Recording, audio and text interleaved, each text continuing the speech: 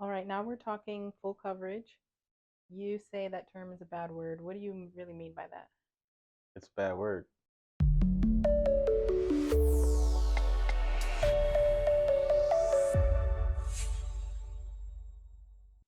It doesn't mean anything.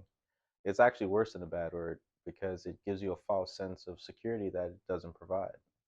So, most people's general understanding of full coverage is simply having comprehensive collision and your state minimum liability coverages, right? But there are so many other important coverages that you may or may not need depending on your state minimums. For example, there's PIP or MedPay, there's rental, there's underinsured, there's underinsured, and then there's your loan payoff if you don't have gap with your when you purchase your vehicle with your lien holder, right?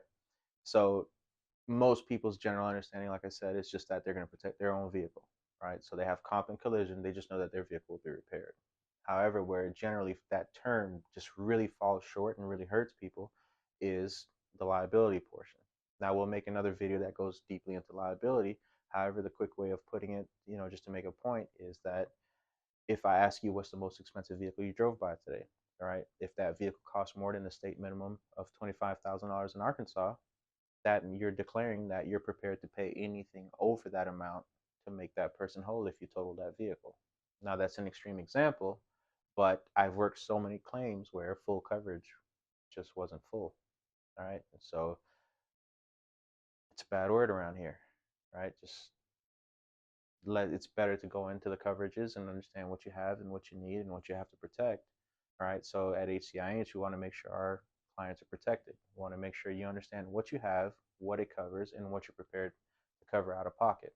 Right. And if you're going to drive around saying you have full coverage, well, generally speaking, let's hope that it's actually going to cover any loss that you occur. However, from my experience, full coverage doesn't mean anything and it's just going to let you down. So, I get in an accident. I know I have full coverage, but it can actually only be the state minimum of 25K. And if there are damages that total anything over that, the insurance company is not gonna. Your insurance carrier loves to pay and they love to pay fast, right? It's a big misunderstanding that your insurance carrier doesn't want to pay. If you cause damages over $25,000, the best thing they could do for you and for them is to write a check for $25,000. That's what you paid for, that's what they're going to pay. The problem for you is, what about everything over that?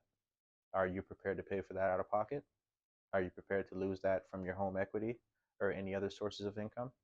And most people don't think about that. They're not prepared for that. So again, you don't have to be nice to me, but don't ask me about full coverage. But I'd rather you be very nice.